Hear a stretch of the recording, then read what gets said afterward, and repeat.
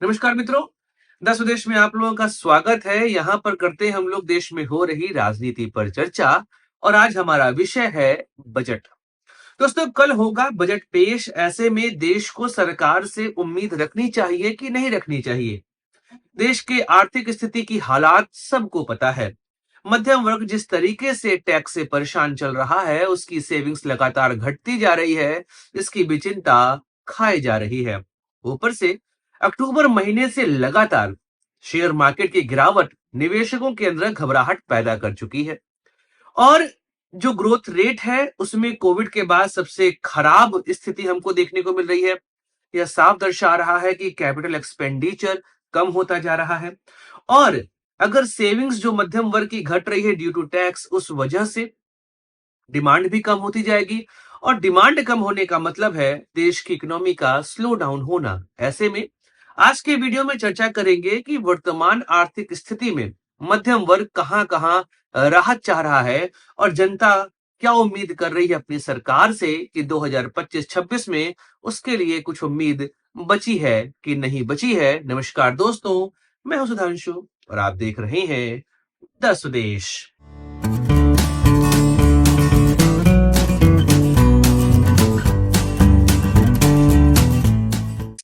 दोस्तों, अपने वीडियो की शुरुआत करते हैं महंगाई से, क्योंकि महंगाई की स्थिति देश में वर्तमान समय में बड़ी खराब है।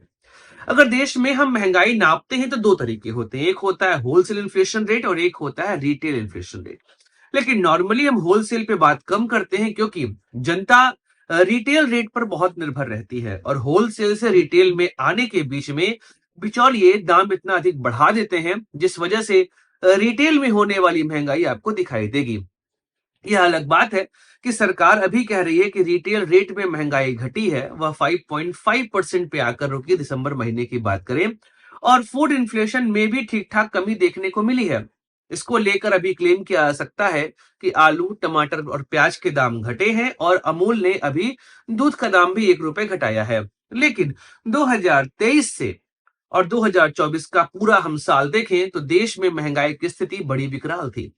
2023 और 24 में आलू जैसी सब्जियों के दाम जो नॉर्मली 15 से 20 रुपए किलो हुआ करते थे, दो लगातार साल यह दाम 40 रुपए के आसपास बने रहे। और देश में रिटेल महंगाई का स्तर लगातार खराब होता जा रहा है। डिमांड एंड सप्लाई चेन को सरकार मेंटेन नहीं कर पा रही है। और जब देश में महंगाई बढ़ती है तो आप अपनी इनकम का मैक्सिमम पोर्शन उस इन्फ्लेशन को ही एडजस्ट करने में लगा देते हैं। और जब महंगाई का स्तर बढ़ेगा, आपके खर्चे बढ़ेंगे, और वह खर्चे नए मद में नहीं बढ़ रहे हैं, उन पुरानी चीजों को मैनेज करने के लिए ही आपके खर्चे बढ़ रहे हैं। इसका अर्थ हुआ कि आपकी सेविंग लगातार घटती जाएगी।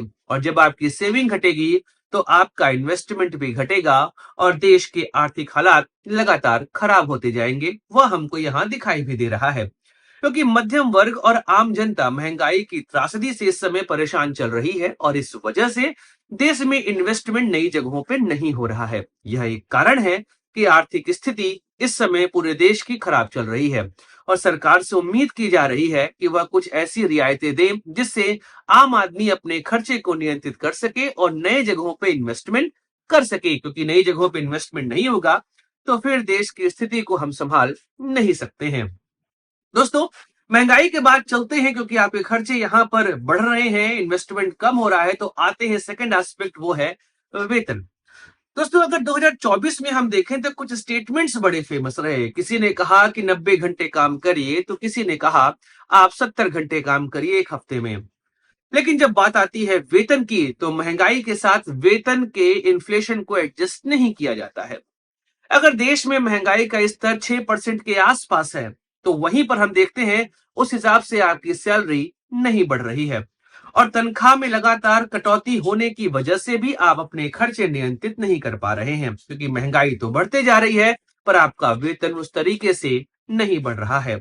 और जब आपका वेतन नहीं बढ़ेगा तो पुराने खर्चों को ही मेंटेन करने के लिए आपको अपने सेविंग्स को खत्म करना पड़ेगा। और जब अपनी सेविंग्स आप यहाँ पर खत्म करेंगे तो उसका प्रभाव आपके आर्थिक स्थिति पर पड़ते दिखाई देगा। तो वेतन के ना बढ़ने की वजह से आप अपने, या जो आपके देश में महंगाई बढ़ रही है, आप उसको यहाँ पर काउंटर नहीं कर पा रहे हैं। अब वेतन से आते हैं अपने अगले सेगमेंट में, जो हमारा है रोजगार के अवसर।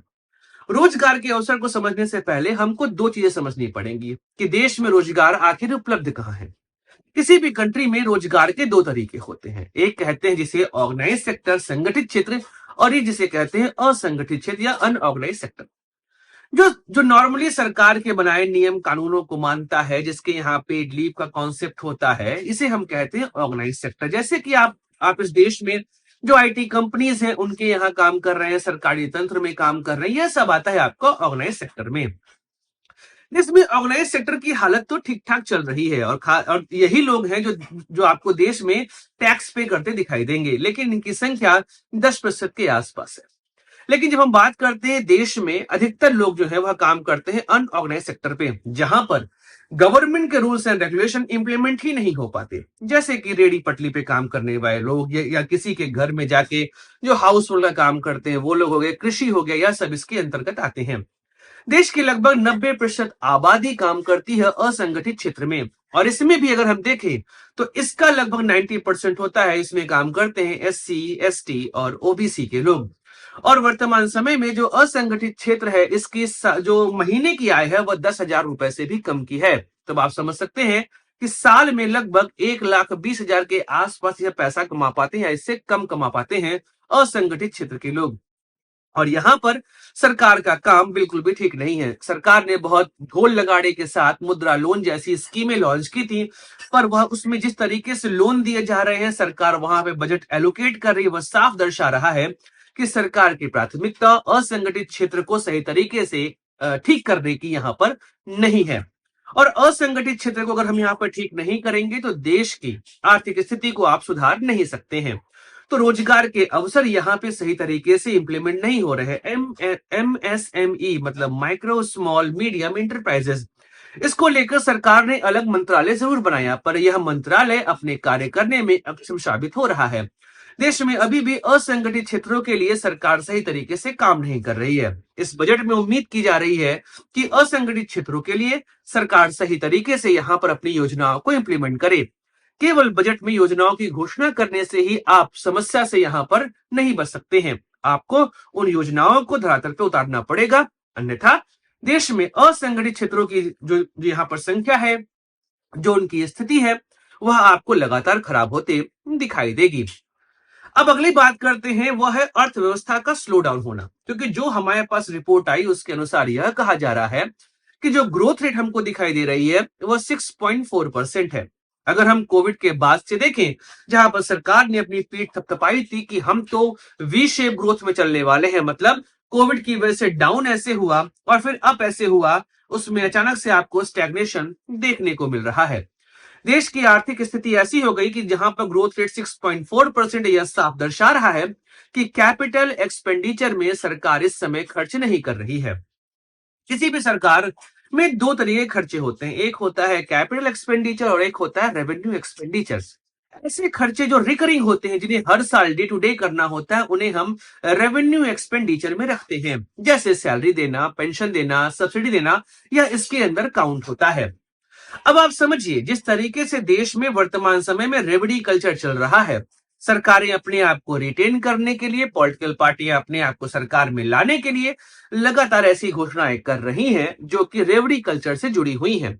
अभी आप दिल्ली का चुनाव देखें, मध्य प्रदेश, हरियाणा, झारखंड और महाराष्ट्र का इलेक्शन देखेंगे तो एक बात समझ में आएगी आपको कि देश में सरकारें लगातार रेवड़ी कल्चर को प्रमोट करते जा रही हैं। और जब किसी देश में आप रेवेन्यू एक्सपेंडिचर बढ़ाएंगे तो वहां की आर्थिक स्थिति खराब होती दिखाई देगी, क्योंकि रेवेन्यू एक्सपेंडिचर प्रोडक्टिव नेचर का नहीं होता है। वहीं पर अगर आप कैपिटल एक्सपेंडिचर करेंगे, मतलब लॉन्ग टर्म इन्वेस्टमेंट करेंगे, जैसे आपने नई रोड बनाई, नया ब्रिज बनाया, नई कंपनीज ओपन करी, मतलब जब भी आप नया इंफ्रास्ट्रक्चर डेवलप करते हैं तो उसे कहते हैं कैपिटल एक्सपेंडिचर, क्योंकि कैपिटल एक्सपेंडिचर आपके लिए जॉब के नए अवसर क्रिएट करता है। लेकिन वर्तमान राजनीति में सरकार कैपिटल एक्सपेंडिचर पे खर्च कम कर रही है, इस वजह से ग्रोथ रेट आपको पूरे देश की कम होते दिखाई देगी। और जब कैपिटल एक्सपेंडिचर कम होगा तो हम घूम के वहीं पहुंच जाएंगे कि इस वजह से रोजगार के अवसर यहां पर जनरेट होते नहीं दिखाई देंगे। इसके अलावा देश की स्थिति में शेयर मार्केट का बहुत बड़ा रोल रहा है। जिस तरीके से कोविड के बाद शेयर मार्केट ऊपर गया, लोगों ने यहाँ पर इन्वेस्टमेंट करना शुरू किया। लेकिन हाल के समय में आपने देखा, अक्टूबर, नवंबर, दिसंबर और अब जनवरी, शेयर मार्केट लगातार डिप ही होता जा रहा है। यहाँ पर इन्वेस्टमेंट करने वाले लोग अपनी अच्छी खासी पूंजी गवा चुके हैं। अब यहाँ पर निवेशकों को यह डर लग रहा है कि वह शेयर मार्केट में पैसा लगाए कि ना लगाए। कई सारे कारण हैं शेयर मार्केट के डाउन होने में। पहला तो ये कि शेयर मार्केट बेवजह का बहुत ज्यादा ओवर हाइप्ड हो गया था। कुछ शेयर्स की वैल्यू ज्यादा हो चुकी थी। इस वजह से जब मार्केट करेक्ट हुआ तो यह वैल्यू नीचे आने लगी। इसके अलावा देश में जैसी राजनीति हो रही है, रेवड़ी कल्चर बढ़ रहा है और विदेशी मार्केट में जो विदेशी कंपनियां देश में एफआईआईज के फॉर्म में पैसे लगाती हैं, उन कंपनियों को भारत से ज्यादा बाहरी देशों में पैसे में अपना फायदा दिखा, तो वह भी यहां से निकासी करना शुरू कर दी है। इस वजह से जो देश के निवेशक हैं, उनकी रकम यहां पर डूबते आपको दिखाई दे रही है। कई कई लोग ऐसे हैं जिनका पोर्टफोलियो वर्तमान समय में लाल निशान में आ चुका है। जहां पर हरा होना चाहिए, वहां पर लाल निशान बन चुका है। इस वजह से देश की आर्थिक स्थिति में शेयर मार्केट का डाउन होना यह साफ दर्शा रहा है कि देश की इकोनॉमी वर्तमान समय में खराब हालात में जाते हमको दिखाई दे रही है। और पिछले 3 महीने में सरकार की तरफ से कोई भी ऐसा स्टेटमेंट नहीं आया है जो यह बताए कि वह शेयर मार्केट में आ रही गिरावट के लिए जनता से बात करना चाह रहे हैं, उनको सहूलियत देना चाह रहे हैं। यहां तक कि आपका जो यहां पर इन्वेस्टमेंट करने पे प्रॉफिट हो रहा है, चाहे लॉन्ग टर्म प्रॉफिट चाहे शॉर्ट टर्म प्रॉफिट, इसमें सरकार लगातार टैक्स पे टैक्स इंप्लीमेंट करते जा रही है। तो वर्तमान समय में देश की आर्थिक स्थिति में महंगाई का जो स्तर हो चुका है, जॉब की कंडीशन जो यह खराब हो चुकी है, इसके अलावा इकोनॉमिक ग्रोथ रेट लगातार कम होता जा रहा है। आपके जॉब के अकॉर्डिंग या इन्फ्लेशन के अकॉर्डिंग यहाँ पर सैलरी नहीं बढ़ रही है। इन सब को लेकर देश की स्थिति खराब है। मिडिल क्लास जो है वो यहाँ पर चिंता में जा रहा है, क्योंकि मिडिल क्लास के लिए टैक्स इस समय सबसे बड़ी दिक्कत बन चुका है। देश में इनडायरेक्ट और डायरेक्ट टैक्स के नाम पे एक आम आदमी अपनी सैलरी का लगभग 60% सरकार को दे रहा है। और यहाँ पर सरकार सहूलियत भी नहीं देती। अगर आप टैक्स पे करते हैं, उसके बिहाफ में आपको सुविधाएं मिले, तो आप फिर टैक्स देने से कभी भी परेशान नहीं होंगे।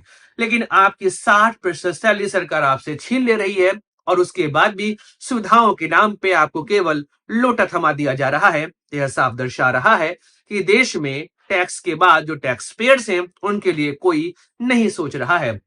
और अगर टैक्स पेयर की संख्या लगातार कम होती जाएगी, वह इन्वेस्टमेंट नहीं करेंगे, तो फिर आप इस देश की इकोनॉमी को गर्त में जाने से नहीं बचा सकते हैं।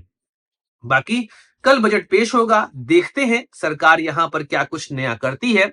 उम्मीद रखनी चाहिए कि नहीं रखनी चाहिए, यह आपका पर्सनल मोटिव है। आप रख भी सकते हैं, नहीं भी रख सकते। पर मेरा अनुभव इतने सालों से यही रहा है कि देश में सरकारें देश के टैक्स पेयर्स के लिए काम नहीं करती हैं। दोस्तों, वीडियो समाप्त करते हैं। मिलेंगे अगले वीडियो में, चर्चा करेंगे किसी और राजनीतिक मुद्दे की। Like, share, subscribe the channel. अपने दोस्त सुधांशु को दीजिए इजाजत। जय हिंद, वंदे मातरम। भारत माता की जय।